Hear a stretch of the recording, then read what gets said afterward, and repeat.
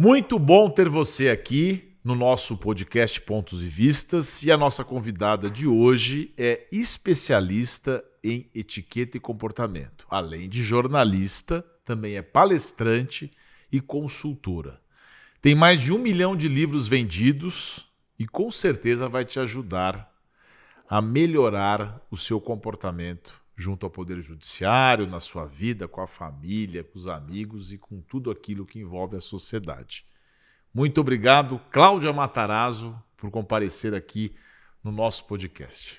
Puxa, eu é que estou adorando te encontrar mais uma vez, Sergei, e que bom que você lembra de me chamar para a gente falar um pouquinho sobre comportamento, porque estamos precisando, né, de mais suavidade. Aliás, está correto eu nominá-la como jornalista especializada em etiqueta e comportamento? Correto está, mas eu até prefiro, eu brinco que etiqueta é uma palavra que as pessoas têm uma certa rejeição, né? E eu mesma acho que quando a gente fala etiqueta, ficam pensando assim, lá vem uma perua para falar de taça, garfo. Então, não é só isso. Etiqueta vai muito além. Na verdade, ela é feita para simplificar a vida das pessoas e para trazer uma unidade no comportamento, para democratizar o comportamento, ao contrário do que as pessoas imaginam. Tá. Até porque etiqueta sem comportamento não é nada, né? Não é nada. Você pode ter algumas regras, algumas questões mais efetivas, mas a pessoa, se não tiver um bom espírito e uma boa gestão da sua própria atitude, não vai adiantar. Exatamente. E o comportamento das pessoas, ele anda compatível? Então, o comportamento das pessoas anda descabeçado, eu diria, né? Nossa Senhora, acho que as pessoas desandaram mesmo, né? A coisa de você ter uma certa postura, que a palavra é essa. As pessoas não têm mais uma postura respeitosa com o mundo, não é nem com o outro, é com o mundo, com elas mesmas, né? Eu vejo, às vezes, amigos e amigas tratando os outros de qualquer jeito. Eu acho muito ruim isso. Você pega lá no Oscar, o Will Smith levantou e deu um tapa na cara do outro. Isso é um negócio que, inclusive, tem gente que acha que é combinado. A teoria das conspirações também ganha. Isso também, né? E as pessoas estão motivadas de maneira mais nervosa, mais agressiva. Então, eu acho que é um movimento mundial. É o mundo todo, é mundial. A gente vê isso, em todos os países, até na Europa, que era, entre aspas, tão civilizada, né? Você vê políticos, e sempre os políticos. Você falou, eu acho que realmente esses exemplos, eles acabam vindo de cima, entre aspas, porque os políticos estão expostos, eles falam, eles estão todo dia na frente das câmeras, acabam dando maus exemplos. Né? Então, mas no mundo onde ninguém tem civilidade, como você se comportar de maneira civilizada? Porque às vezes você não consegue alcançar aquela pessoa sendo civilizado. Isso é um pouco triste, né? É muito triste. Eu brinco, de vez em quando eu boto umas palavrinhas no Instagram, quando tem aquelas mensagens e tal, aí eu boto assim, temos que resistir. Porque você tem que resistir a este mau gosto, a essa agressão. Você não pode entrar nesse jogo. Aí você vai se estapear também, porque está todo mundo estapeando todo mundo. Eu acho complicado. Então tem que resistir um pouco. Tem que mostrar o outro jeito. Para a nossa audiência, que também é composta por muitos advogados, advogadas e pessoas da comunidade jurídica como um todo, esse assunto é muito interessante na postura do advogado, quando chega no lugar. O advogado tem que falar alto, um pouco. Não, o advogado tem que se impor, né? Tem que se impor. E aí é uma linha muito tênue entre o que vai começar... Porque, às vezes, ele encontra o arbítrio do Estado. Outro dia eu fui aqui, eu tenho quase 30 anos de carreira, fui subir no elevador lá que, segundo o cara, não podia ter subido, ele veio atrás com segurança. Que isso? Aí eu botei todo mundo para fora. E eu falei, eu sou a maior autoridade aqui no tribunal. Aí os caras não acham que advogado é autoridade, mas pela Constituição nós somos. Advogado, juiz e promotor, não tem diferença de patamar. Aí fez aquela confusão e tal, e aí pediram desculpas depois, mas já estava instalado o preconceito. Então o advogado ele precisa chegar, mas às vezes passa do ponto também. Mas aí eu acho que é uma necessidade da profissão também, né? São vícios da profissão. Eu acho que tem que ficar sempre atento também. Para né? ver, adequar a situação. Adequar o discurso à situação. Porque o advogado, claro, tem que se impor, ele tem que inspirar confiança, tem que mostrar credibilidade. Então, não é fácil também. Não dá para ser só suavezinho, educadinho, cavalheirinho, né? Tem que ser um cavalheirão, tem que ser outra coisa, tem que ser uma coisa mais... Mas não é da nossa natureza um pouco essa questão latina, de falar um pouco mais alto? E me incomoda muito. Minha mãe, por exemplo, no restaurante, ela pega o celular e fala alto. Eu falo, mãe, às vezes a gente não tem, mas às vezes você vê gente jovem falando alto. É errado, né? Mas assim, você vai dizer para a pessoa que ela está errada, a pessoa quer viver a sua própria essência na plenitude, que está muito na moda hoje, todo mundo. Seja quem você não sei o quê. Eu preciso ter liberdade de expressão. Agora ficou na moda. Liberdade de expressão você tem que ter. Tem que ter mesmo, mas você pode se exprimir sem tanta gritaria, né? Você pode ter uma liberdade de expressão menos espalhafatosa. Então, esse falar alto faz parte de um comportamento bom? Eu acho que assim, se você está na praia, você pode falar alto. Está numa roda de amigos, pode até falar alto. Agora, você está num restaurante que tem um monte de gente, menos, né? Está num tribunal, numa corte, é diferente. E aí, como é que você faz para ter o seu direito resguardado? Acho que tem que ficar antenado. Não, digo, eu estou no restaurante, tem uma mesa lá que está fazendo muito barulho. O que você faz? Você chama o maître? Gerente, eu chamo. Você fala, por favor, peça para eles. Quando é uma coisa que sai da curva, né? Aí às vezes, uma ou duas vezes Mas já também chamei. não dá para ir num happy hour e também exigir silêncio. Exatamente, não são padres, né? Não é assim. Bom também. senso, né? Que eu falei que se vendesse em farmácia seria bom. Seria bom. Você viu esse caso da moça que pediu para outra dar a janela do avião? Você viu esse caso? Viralizou. Que absurdo. Eu lembrei. Sabe por que eu lembrei? Porque eu viajo muito de avião. Eu viajo uma vez ou duas por mês. E eu tá difícil viajar de avião. Estava difícil de viajar de avião. Eu sou aquela que gosta de sentar no corredor. Ao contrário, não gosto de janela. Então, às vezes... Você troca. Eu troco e a pessoa não acredita que eu estou trocando. Mas você troca por conveniência também. Por conveniência minha. Eu falo, você prefere a janela? A pessoa não acredita. Agora, eu já vi muito isso acontecer. Da pessoa querer sentar na janela, a outra falar, não deixo, e não sei o quê. Porque aí foi uma criança e viralizou. As pessoas fazem questão da janela, são muito chatas, né?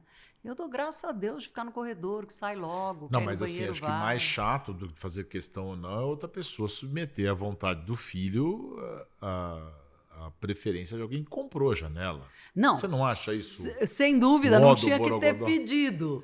Aí saca o celular, começa a filmar a pessoa. Aí é feio.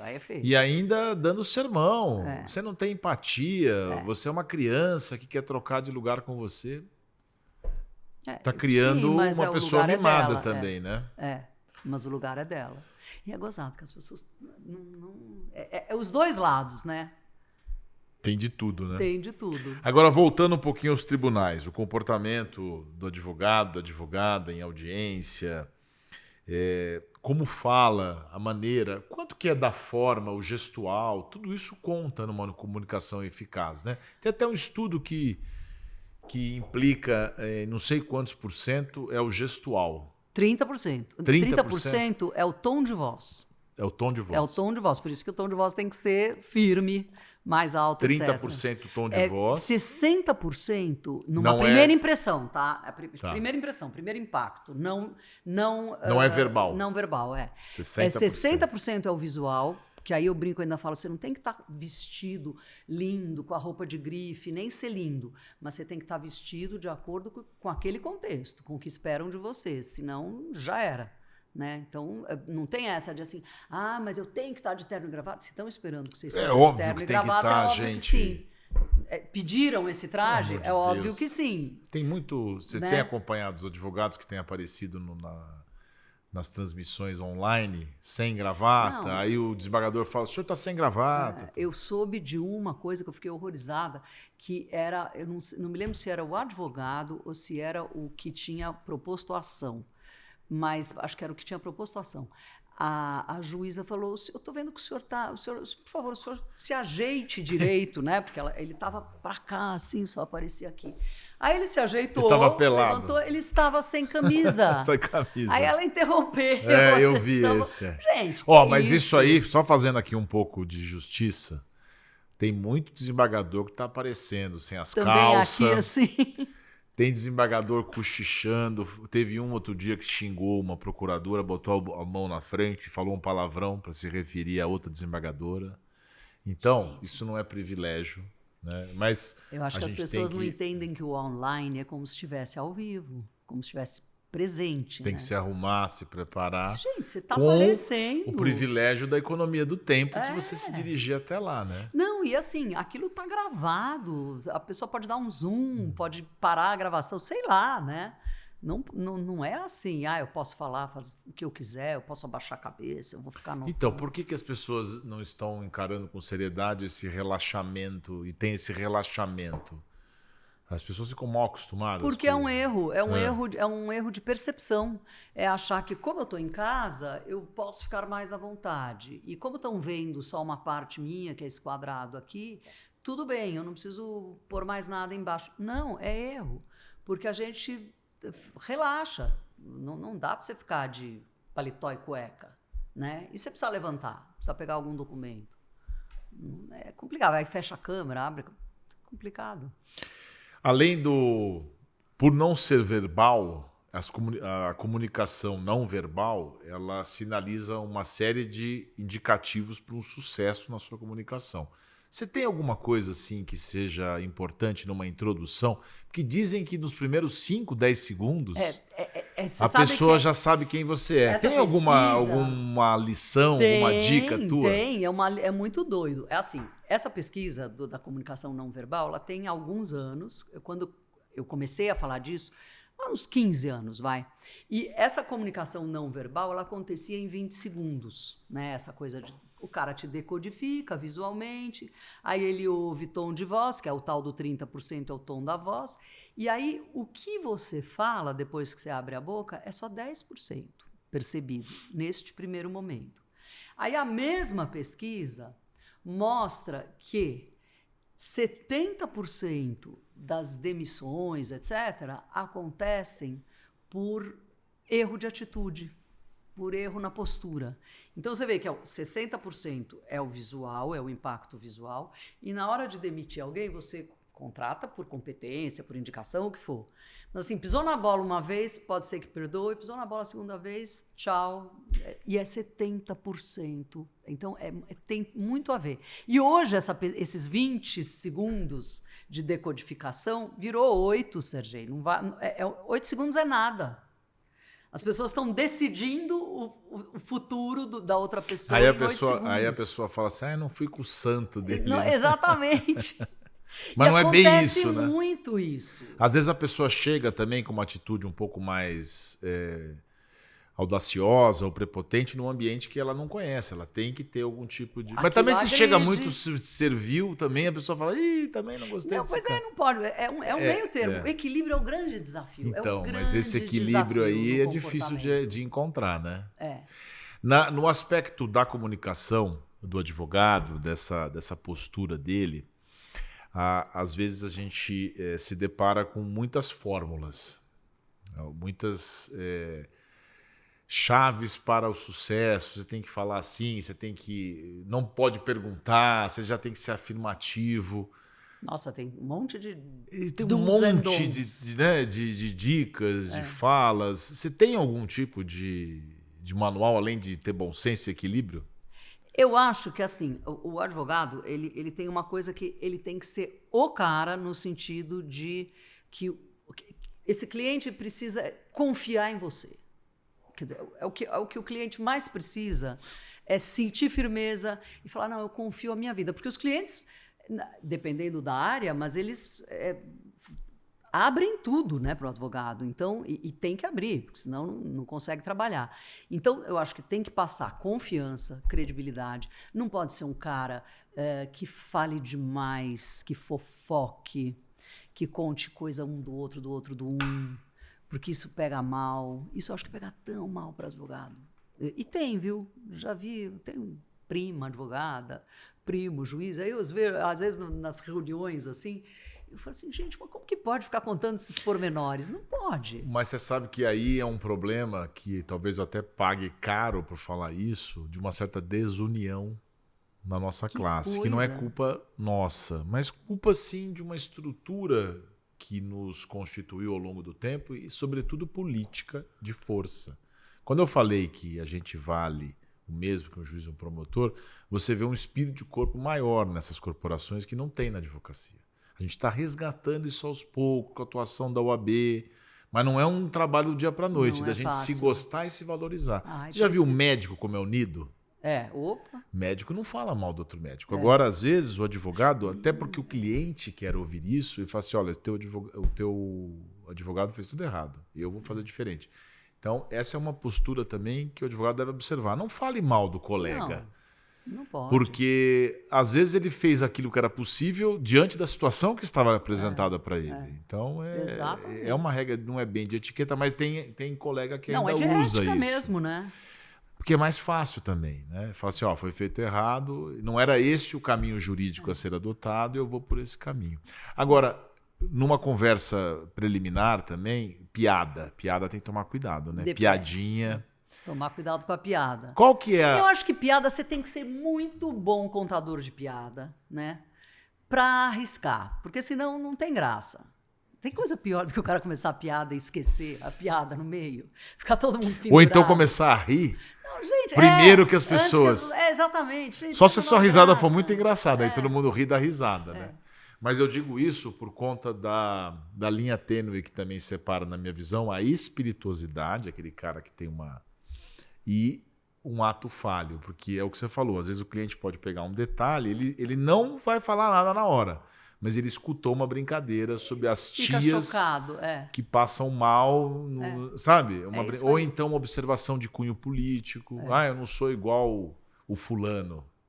Você tem que evitar isso. Porque as piadas, elas são incorretas, né? Elas são politicamente incorretas. Então, é complicado você contar e achar graça de uma coisa que, de repente, a outra pessoa se identifica. Sabe uma coisa que eu acho legal para a gente encerrar esse primeiro bloco? São os ganchos. Ganchos em comunicação, por exemplo, é o que nós estamos tentando fazer aqui para que fique dinâmico o nosso bate-papo. Você pegar um gancho e lá na frente você resgatá-lo para que o cliente possa... Pô, a gente está prestando atenção no que eu estou falando.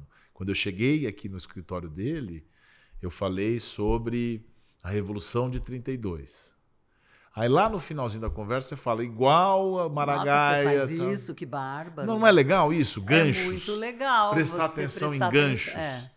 Porque ganchos aproximam o interlocutor. Ganchos, links, né? Links, que você começa a trazer o link. Você traz um link, assim, isso vale até na vida pessoal. Você está num networking ali, conversando com uma pessoa, aí você fala, não é igual o seu cabelo que você tinha falado. Aí a pessoa até ri. Você prestou atenção, criou uma relação. Mais pessoal, mais próxima. Não, tá certo. Bom, se você falar que eu tô errado... e tem que prestar atenção também no que é caro àquela pessoa. Aliás, falar em gancho, é desligar o raio do celular, Serginho. Mas tem muita gente que ainda fica assim. Então, porque a gente desaprendeu de olhar no olho, conversar olhando no olho. E na hora que você conversa olhando no olho, você percebe se o cliente está feliz, se o olhinho está brilhando, se ele está cansado, se ele gostou da ideia ou não. E o cara fica aqui, e o cliente falando, contando a história, o cara às vezes aqui, não tá... Tem que focar. Eu acho que isso aprofunda o vínculo. Falando em foco, eu tenho que fazer um pequeno intervalo e a gente já volta com Cláudia Matarazzo aqui no Pontos e Vistas, que é uma iniciativa da OAB São Paulo. O futuro da advocacia já chegou. Conheça o Marketplace de Lotex da OAB São Paulo. Aqui você encontra as tecnologias jurídicas mais inovadoras que estão transformando a prática do direito. Com o apoio de inteligência artificial, algoritmos e machine learning, as Lotex revolucionam sua rotina. Facilitam consultas à legislação, otimizam a organização de documentos e melhoram a gestão de clientes e processos. Mais do que uma vitrine, o Marketplace da OAB São Paulo oferece soluções aprovadas pela Comissão de Privacidade, Proteção de Dados e Inteligência Artificial da OAB São Paulo. Segurança, inovação e confiabilidade para o seu dia a dia. Explore diversas categorias e descubra como essas soluções podem atender às suas necessidades específicas. Marketplace de Lotex da OAB São Paulo. O portal que conecta você ao futuro da advocacia. Acesse agora e revolucione sua prática. Muito bem, estamos de volta aqui no nosso bate-papo com Cláudia Matarazzo, que é especialista em comportamento e tendências, falando aqui sobre os hábitos, digamos, erráticos das pessoas, não só no ambiente do judiciário, mas na sua vida normal. E a gente encerrou o bloco falando do celular. Ainda tem muita gente que o mais elegante é você estar jantando, almoçando com a pessoa. Pode ser um cliente ou pode ser uma pessoa da tua relação próxima. É você não pegar o celular. Não, é não pegar. Se for mas cliente... tem gente que fica o tempo inteiro conferindo. Não, e às vezes fala assim, desculpa, mas eu preciso ver aqui, porque não sei quem está me ligando. Não, é legal. Gente, é assim, a mensagem que você passa, eu até oriento, que eu falo, olha, quando você sentar com o cliente, você até sinaliza que vai desligar o celular. Nem que você não desligue, coloque no silencioso e tal. Você fala assim, não, peraí que eu vou isolar isso aqui, isola, põe longe. Por quê? O cliente vai achar o quê? Vai falar assim, bom, esse cara está prestando atenção em mim, então, ele se isolou, acabou, não tem celular. Agora, você ficar com aquilo na mão, ficar conferindo, a mensagem é clara, a pessoa que está na tua frente, que veio, está presencialmente ali, ela se sente jogada meio de escanteio em detrimento de alguém que pode, talvez, querer alcançar o cara aqui. Então, é muito ruim. Eu acho que é uma mensagem muito ruim essa. E isso é uma ansiedade que a gente desenvolveu. Porque né? você Nos últimos anos a gente desenvolveu isso. Você nem tinha como saber se alguém tinha, queria falar com você. Não tinha nada. Chegava só tinha que mandar uma carta. Ou chegava no escritório, tinha um recado no fixo. Né? Ó, pra você ligar pro fulano. Pronto, acabou. Ou em casa. E o mundo andava muito bem, obrigada. Então, assim... eu acho que hoje a gente tem muito mais acesso e muito mais comunicação, tenho mesmo, não sou nada contra tecnologias, pelo contrário, eu tenho rede social, eu vivo disso também, mas eu acho que a gente virou muito escravo. Então é um contrassenso você ter tanta tecnologia para economizar tempo e hoje a gente... quase que não dorme, vive respondendo para responder mensagem, coisa de grupo, etc.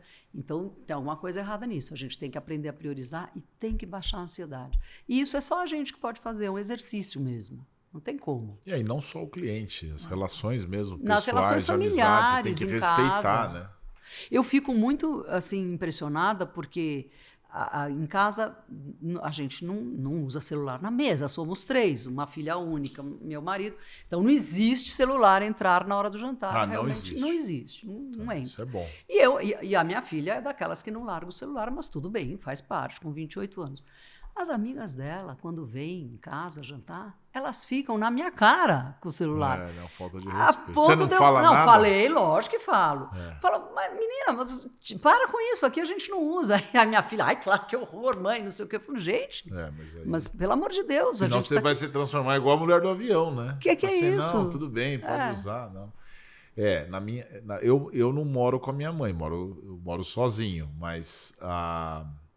Então eu posso mexer no celular. Mas na casa dela ela não admite. Mas não adianta, a gente acaba usando, ela grita, não usa. Eu vou colocar um cesto na entrada. Exatamente, deixa o celular lá, você vai ficar em paz. Porque tem gente que faz isso, né? Deixa o celular na entrada e...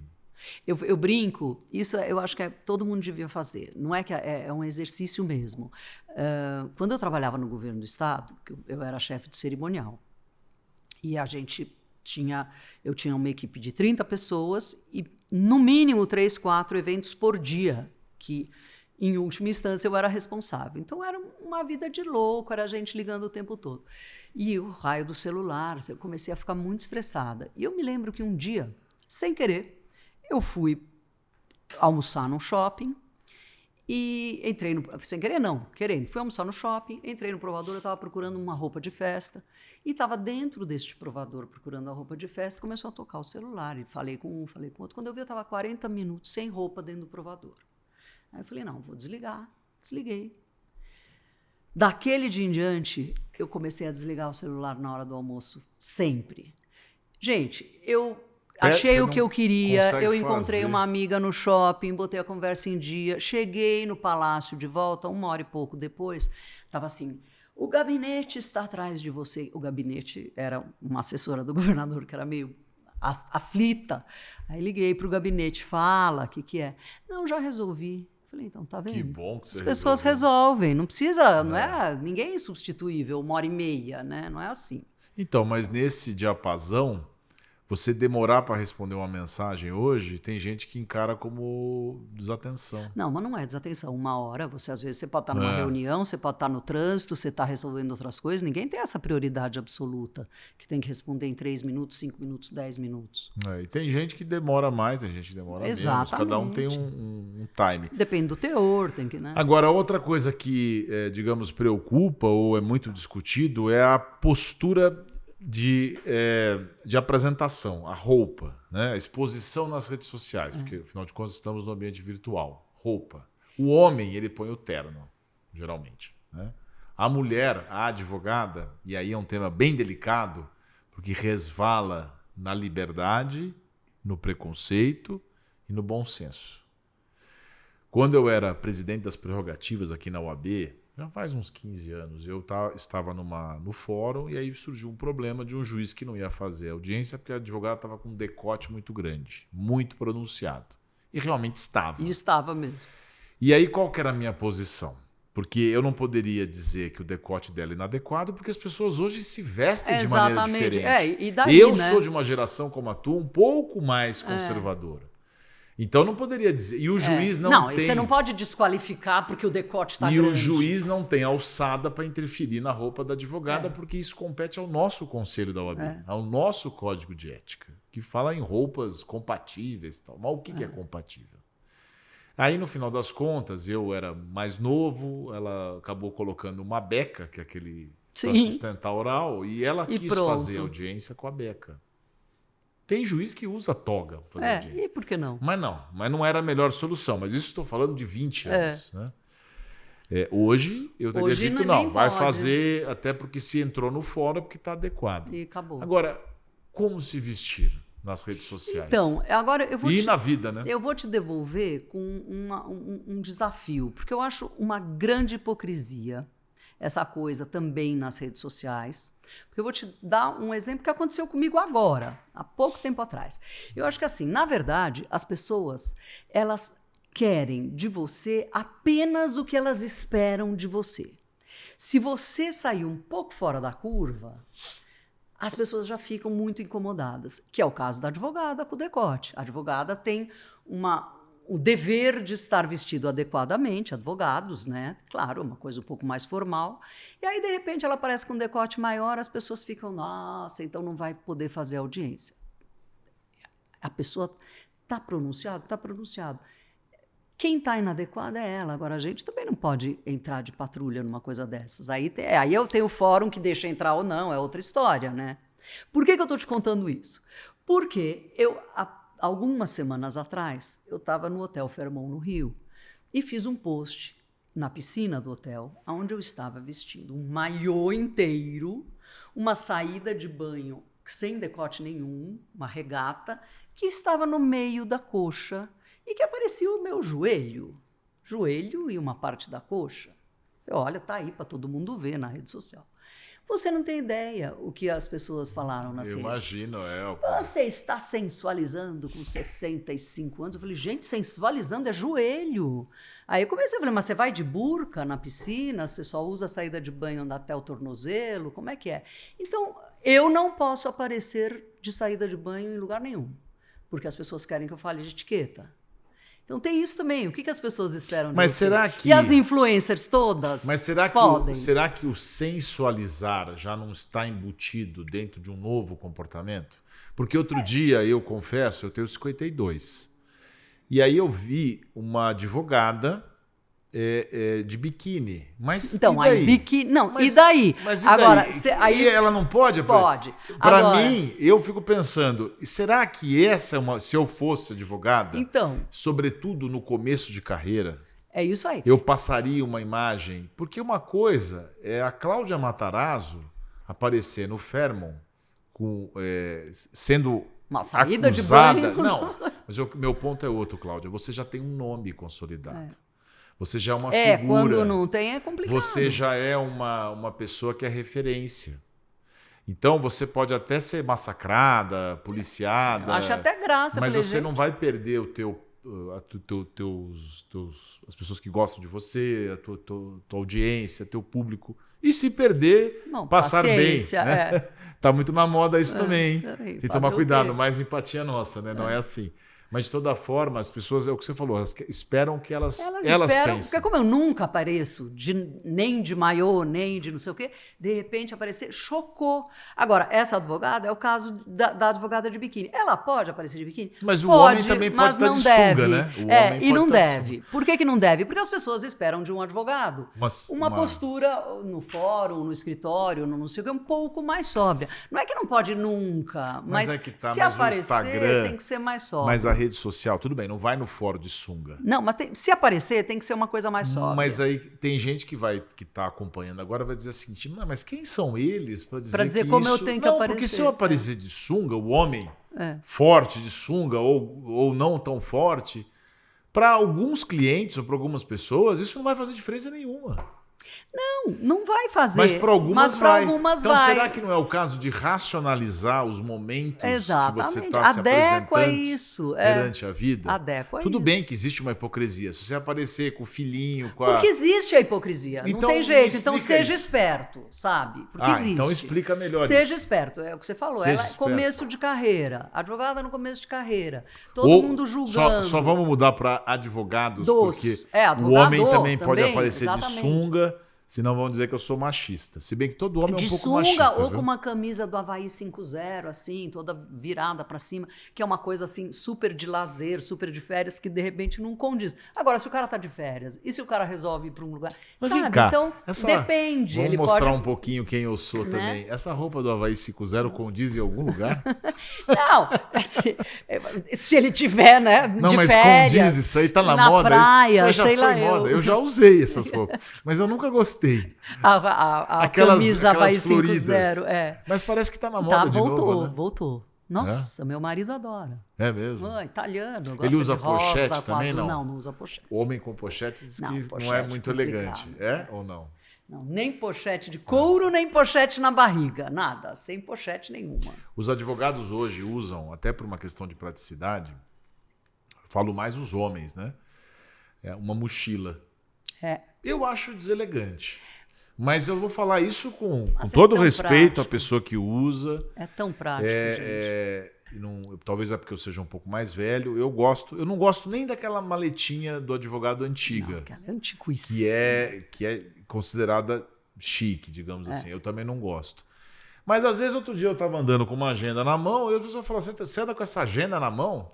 Pode ser que eu não tenha um comportamento adequado, mas aquela mochila tá todo mundo usando. O advogado mais jovem, sobretudo, porque tem que pegar metrô, tem que andar. E lá dentro tem, sei lá, o laptop dele, a roupa. Não, tem tudo. Tem roupa de academia. Não é feio, então? Eu acho que assim, o se desafio não é que não é feio.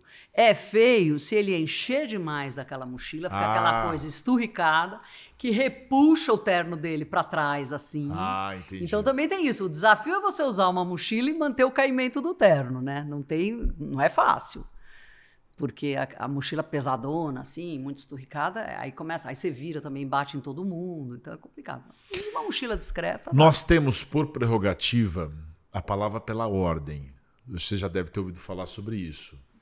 O advogado é o único profissional que tem munus público, o advogado e a advogada, que pode interromper uma autoridade sem licença. Então, por exemplo, o advogado, eu sempre digo isso, palavra pela ordem pela ordem, vírgula, começa a falar. E aí começa a falar. Tem advogado que pede a palavra pela ordem nos tribunais, talvez ele não tenha assistido, não tenha acompanhado, tem uma hermenêutica diferente do que o estatuto fala, mas eu sempre dou essa dica. Não fica pedindo para te dar licença. Porque senão o desembargador, já começa a falar. O ministro fala, não, o senhor espera um pouco, agora não. Ou então pergunta, o que o senhor quer falar? É alguma matéria de fato? Então, o advogado fala o que ele quiser. Só que ele tem que saber manejar essa palavra. Por ele ter esse poder, ele tem que saber quando interromper. Aí me remete ao diálogo. Na verdade, tudo é diálogo. Tudo é... Eu acho que sim. Como interromper uma pessoa, por exemplo, que não tem pausa? Como é que você faz isso? Daquelas que não para de jeito nenhum, pessoa que não é terrível mesmo. Eu acho que tem que falar, pera, dá licença, deixa eu só te falar uma coisa. Eu interrompo mesmo. Você interrompe, né? Dá licença, porque tem muito, né? Às vezes a pessoa começa aí a gente tem que também pensar o que falar. Porque você vai falar, dá licença, e aí ou muda de assunto, ou fala que precisa sair, por isso tem que interromper e tem que ter motivo, né? Eu sempre digo que o advogado que vai se manifestar nesse contexto, ele tem que ter uma fala, até porque a lei fala em uma palavra contundente, assim, precisa. Não é para ficar fazendo um discurso, porque senão o cara vai te interromper de volta. Perde o efeito. Na lei fala sumária, mas sumária é no sentido de imediato, não é no sentido de ser curto, mas tem que ser contundente. Né? Convencer. Eu tinha o Zé Serra que falava às vezes para mim, me convença. Eu falava, agora não dá tempo, governador. Agora estamos entrando no evento, depois eu convenço. Me convença. Me convença. Mas assim, 1 minuto antes do Papa chegar, né? Aí, não, agora não dá tempo, agora vamos descer que o Papa está chegando. Voltando não para os políticos em geral, mas para a dimensão, o quanto da retórica ela tem sido utilizada para o lado ruim também. Né? Pessoas que falam muito bem, que têm uma oratória, mas que o conteúdo não é tão bom. E às vezes as pessoas não identificam, né? Justamente por conta dessa... Tem uma outra máxima que eles falam que a forma é tão importante quanto o conteúdo. Também acho que tem a ver com essa coisa de não verbal. Né? Eu acho que bom, a gente teve aí estávamos falando dele, né, do Pablo Marçal, que é um exemplo disso, porque tem uma figura agradável, não dá para negar bonitão, que é um fenômeno de comunicação. Fala bem, mas quando você vai ver o que ele fala, gente, ele não Mas será que nada, você né? falou do Serra, não que seja uma inspiração de não saber comunicar, se bem que não era o forte dele. Mas era brilhante, então. O Serra é o contrário. Porque ele é aquela pessoa mais introvertida, mas não tinha forma. Mas tinha muito conteúdo com pouca forma. Mas será também que os outros não estão muito abaixo do Marçal em termos de lidar com uma... Você via no debate assim, a dificuldade da pessoa enfrentar alguém que parece ser uma força da natureza, mas é um ser humano com suas limitações. Mas não tem. O pessoal não tem o jogo de cintura. Mas eu acho tão perigoso. Calma, não precisa... Acho tão perigoso essa coisa conteúdo. Só da forma, né? Que aí, nossa senhora. É perigoso. O que mais que... Porque as pessoas têm preguiça. Eu sei. Aí elas ficam ouvindo essas coisas, as palavras. Eu ouvi muito isso. Não, eu vou votar porque ele é bonito. Como mas assim? Mas você sabe que eu preciso falar sobre isso, porque o universo jurídico e político, eles se comunicam muito. Eu até acho que a gente precisava ter mais juristas no parlamento, mais juristas no governo. Faz muito tempo que a gente não tem um presidente da República advogado ou advogada. Então a gente precisava ter gente com um pouco mais de preparo, entender o que é uma legislação. Os deputados não sabem o que é uma lei, como é que vai dizer né? Só que por que eu estou falando isso? Porque se a gente pegar no passado recente, vamos pegar um debate clássico da Hillary com o Trump. Muita gente atribui a derrota dela aos momentos em que ela não respondia às acusações da La Marçal que ele fazia a ela. Por exemplo. Porque ele é outro, porque ela defendia a mulher, coisa que talvez a Kamala, mas é que ele não era tão conhecido como hoje. É que ele deu uma surra de votos, porque ele já virou um personagem muito famoso. Mas lá atrás nem tanto. Ganhou musculatura. E quando a Hillary defendia a mulher, ele virava e falava assim, mas quem é você para defender a mulher se o seu marido recebia mulheres? E ela ficava quieta. Então eu acho que falta também o pessoal... É claro que não estou dizendo que ela é melhor que ele ou que ela devia ganhar, nem ele, sem entrar no mérito. Mas ela poderia devolver, falar assim, olha, meu marido errou, mas você dobre sua língua. E quem é você para falar desta forma comigo? Não, e comigo. O meu marido, ele tem muitos defeitos, já o perdoei, cometeu os seus pecadinhos. Acabou. Mas você não tem moral. Então, falta essa coisa. E essa, digamos, essa prontidão no rebater. Dá para desenvolver isso numa comunicação assertiva? Eu acho que a gente tem que procurar desenvolver isso, principalmente... Sem ser desagradável. Principalmente advogados, gente que está sempre assim na comunicação com o público, né? Tem que ter um pouco isso, tem que desenvolver sim, né? Mas vocês têm essa prática. Você acha que o advogado desenvolve isso? Acho que desenvolve, porque principalmente os que falam em público, tudo tem... Eu acho que o advogado sofre muito e com o tempo ele fica calejado. E ele fica um pouco mais... com um approach mais agressivo. Então, ele pessoal às vezes até brinca, né? Nas festas, nos eventos sociais. Só podia ser advogado mesmo. Que ele rebate. Coitado do advogado. Coitado do advogado. Só falam mal do advogado. Tadinho. Sobretudo o criminalista, né? É. Que fala, você defenderia quem você sabe que é culpado? Nossa Senhora. A gente sempre vem com essas perguntas e com essas... Muito bem, Cláudia Matarazzo, a gente está muito feliz de recebê-la aqui. E agora eu te passo, assim, digamos, para umas considerações finais sobre... Você está com algum evento, algum livro novo, alguma coisa que você gostaria de falar e, digamos assim, uma mensagem para as pessoas terem bons comportamentos? Olha, eu só acho que assim, vamos lá. Livro novo, eu tenho um livro mais recente, que é um livro de culinária, que é um livro de mesa brasileira, chama. É sobre a nossa comida regional. E tem um que vai sair ainda sobre autoconhecimento, mas esse é para o ano que vem. Está no forno. Está no forno, E considerações, Sérgio, eu acho que essa coisa da suavidade, não é a suavidade tonta que a gente está falando. A gente está falando, eu procuro sempre falar assim, questiona mais, faz a lição de casa você, pergunta por que você está acreditando nisso, ou fazendo isso, ou perguntando isso, né?